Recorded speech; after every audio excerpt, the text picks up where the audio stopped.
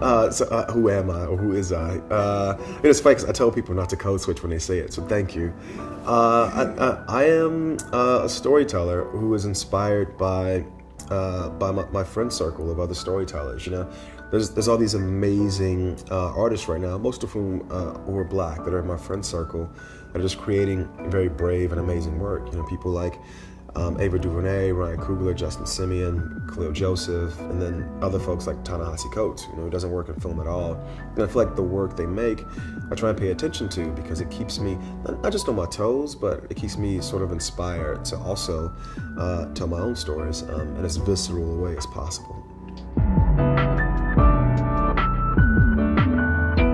Yeah, I think film and tech, there's a relationship right now that I think is very beneficial to allowing these voices that often go unheard to be heard. I can speak for myself as a filmmaker whose both features were made with digital tools. My first one was made for $13,000 on a camera that was nowhere near as nice as either of these cameras that are filming me now or the camera in my pocket. But there was this thing called a Red Rock Micro. It was like a user-generated pre-Kickstarter kind of startup kind of thing that took digital cameras, and you could put this thing on the front of it that would allow you to get more of a cinema look. And it was kind of cool because it basically had this glass that had all these markings on it, and it would spin in front of the lens, so it would replicate film grain. And it was something that could only, like 20 years ago, it would have been impossible to make it in a way that anybody could afford to use it. But it was like because of new technology and open source this and that, and because there was a forum where filmmakers could say, I can't afford to use a big 35mm camera, but I want it to look like that. And these people made this thing that allowed us to create this image that wouldn't have been possible otherwise. So I think my history has always been about the conversion of tech and cinema, and I think going forward it's going to get even better. I mean, this movie features a character in a world that you don't assume kids who grow up like this are going to win Golden Globes. So, and I'm just like this kid, so totally unexpected. But we just tried to make an honest film, and I'm glad that people have received it so positively. Again, because I spent 8 years in the Bay Area, I know how cool that life can be. But no, I'm not. I just don't have those tools. And I respect the people who do. I've actually done some work at Facebook and Google, and so I've seen what it's like to be, as they say in the social network, plugged in. It's heady stuff.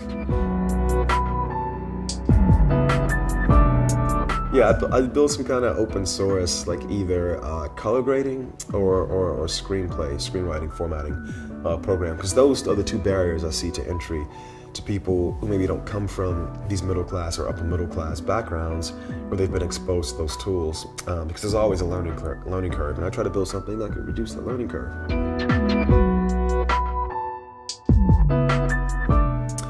I think it's important to the world because, right now it's kind of hard to not have it be specific to film and media because they're so ever present.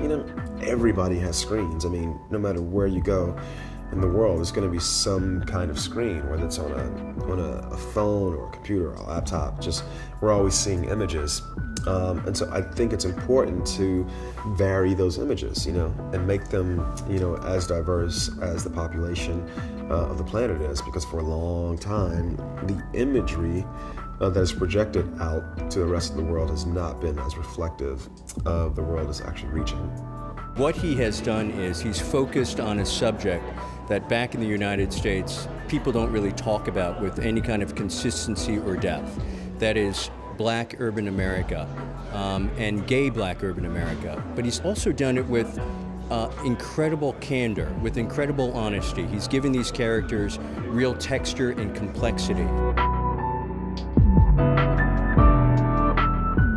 And I think the best advice I always give is, don't expect to be. You don't need to be amazing at first. I think one of the problems of today is we see so many super young people who just knock it out of the park, right at the get-go. And what we don't explain is those people are 1 in 5 million, and everybody else who gets really good at this gets good at it through practice. So I can only speak from my personal experience. When I first did this, I was not very good at it. Not that I'm very good at it now, But I think objectively, I didn't know how to utilize the tools of filmmaking, and I just kept practicing and just kept working at it, and now I'm doing this interview in Berlin, Germany. So yeah, I would say, not to quote Nike, but to quote Nike, just do it, because if you don't, who else will?